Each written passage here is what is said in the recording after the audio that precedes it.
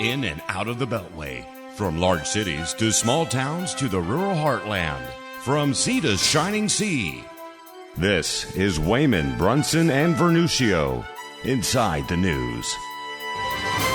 Welcome back to another edition of Inside the News, and you're watching this on Christmas weekend, and we've got a lot to talk about. We've got Frank Vernuccio, Ben Brunson, myself, Guy Wehman, and how you doing today, Ben?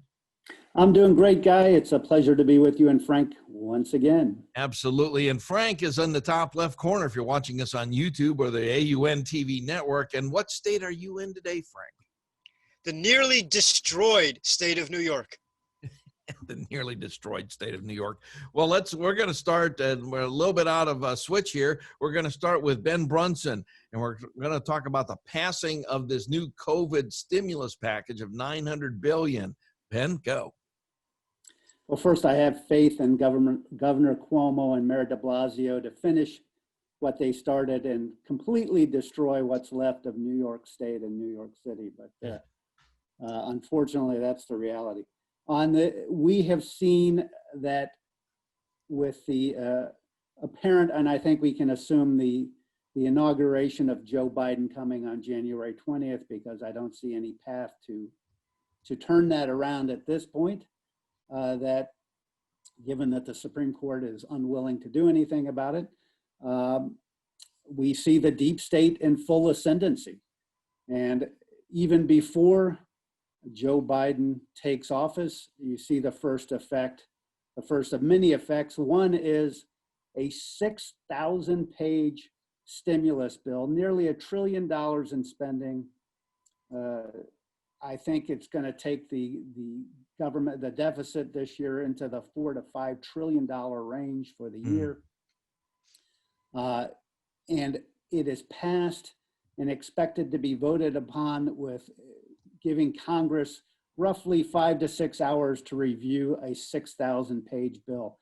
You know, just 20, 30 years ago, we saw the advent of 1,000-page bills being passed through Congress, and the same type of methodology being used where a bill was presented to Congress for a vote with only minutes or hours to review it.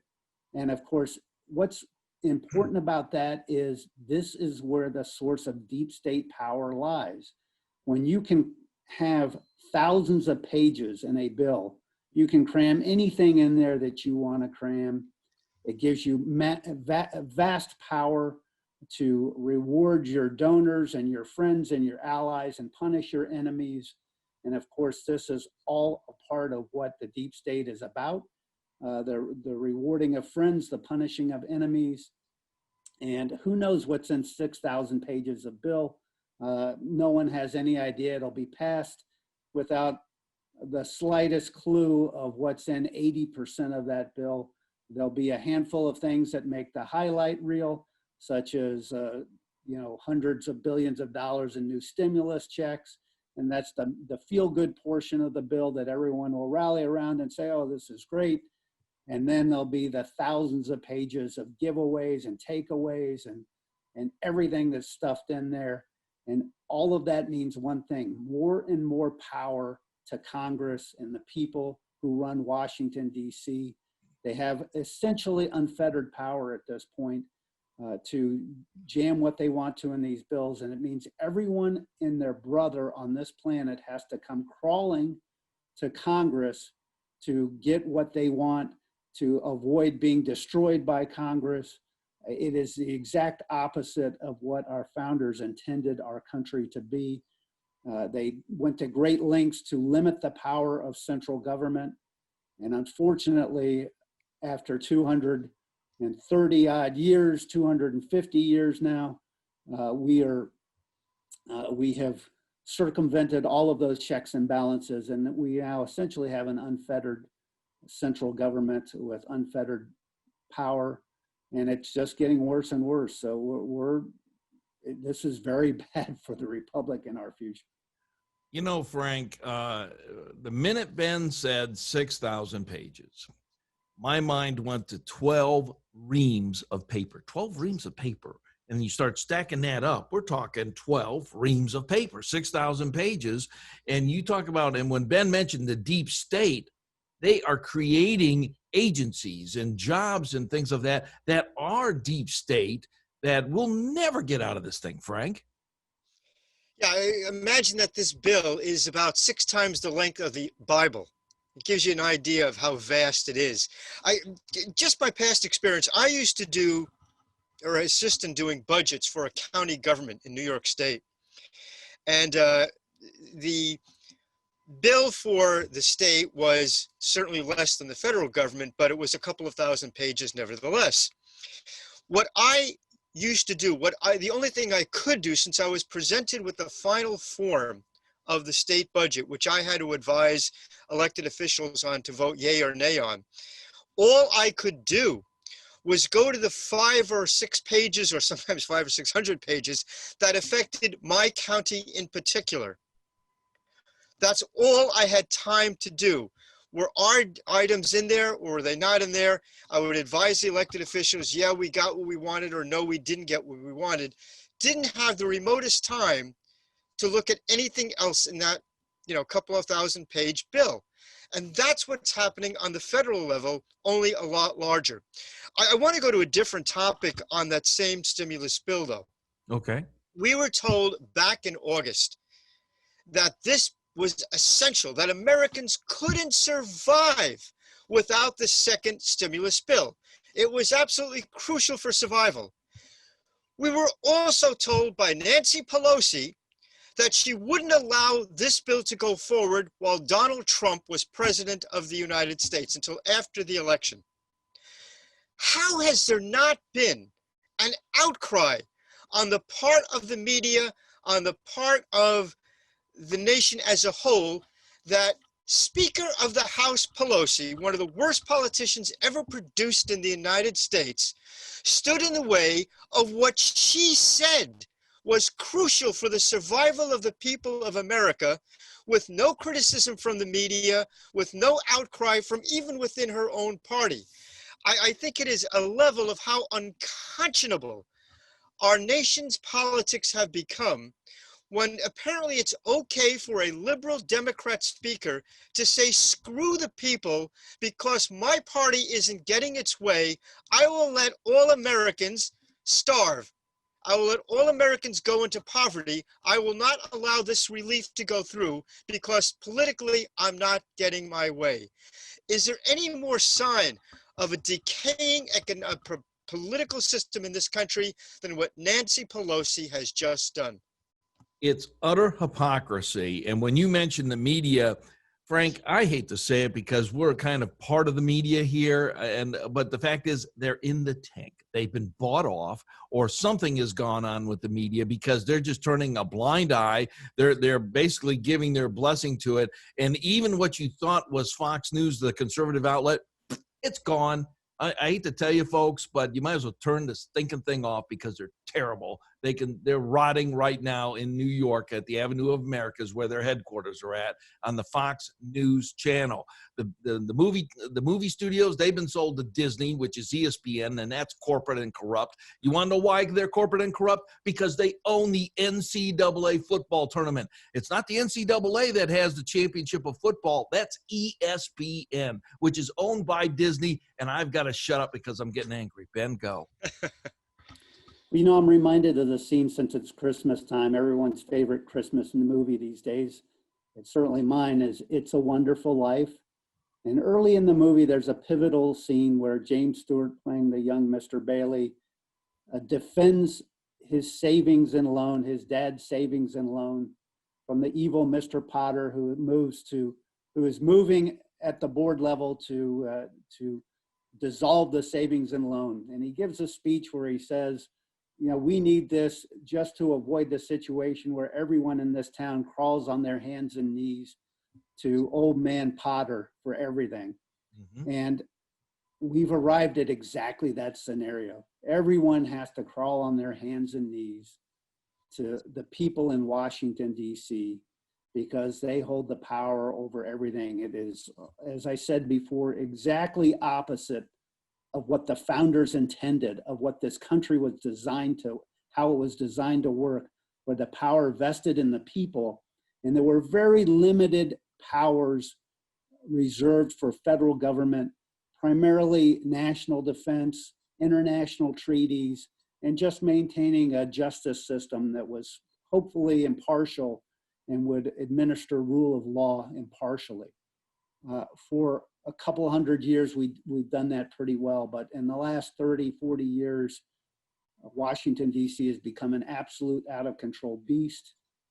One man has fought against it as president, and he has been now essentially stabbed in the back by that same deep state in a massive vote fraud scheme to kick him out of office. Is going to succeed.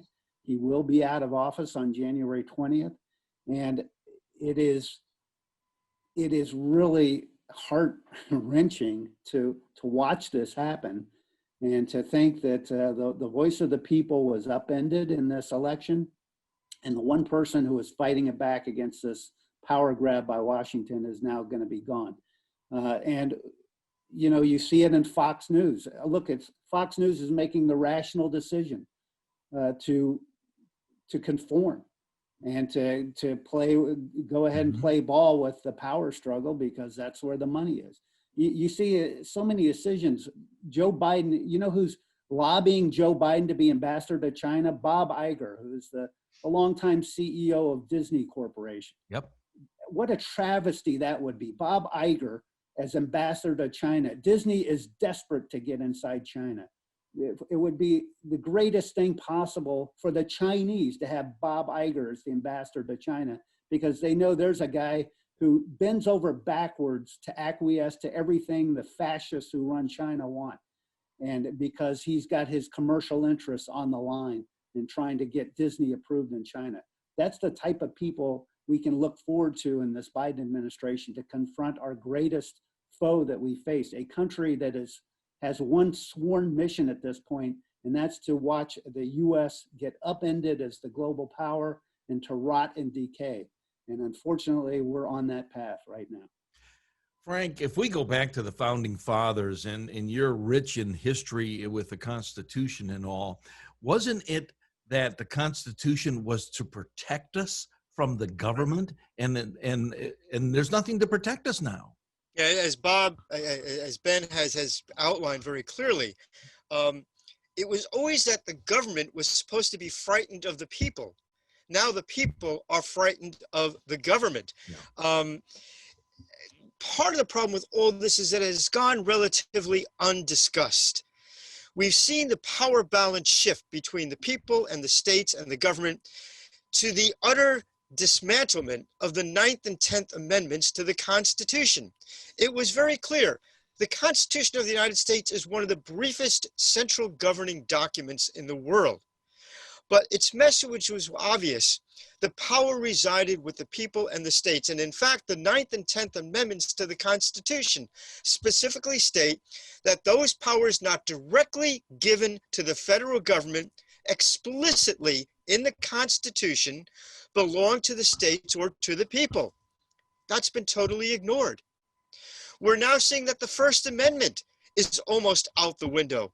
If you say something that doesn't comply with popular culture, all of a sudden you can be censored.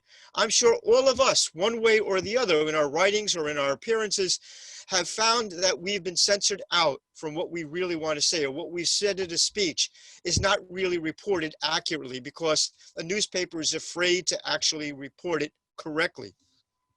The First Amendment's out the window. We've seen Joe Biden specifically say he's coming for your guns. There goes the Second Amendment right out the window. The Fourth Amendment, the right of privacy, well, I mean, that's practically an anachronism at this point. We have just ditched half of the Bill of Rights. And what's worse, we've done it without even a national conversation about it.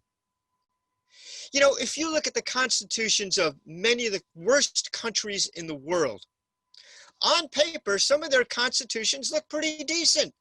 They do apply certain rights that their people can have. What was always different between the Constitution of the United States on top of its genius and its brevity, was the fact that the Constitution was actually observed in the United States.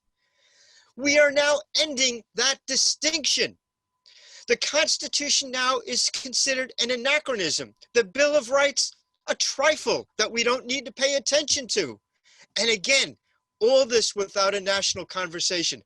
Perhaps we all always thought that our freedoms would end when some jackbooted enemy troops marched downtown, down Broadway or down Pennsylvania Avenue and took over the government.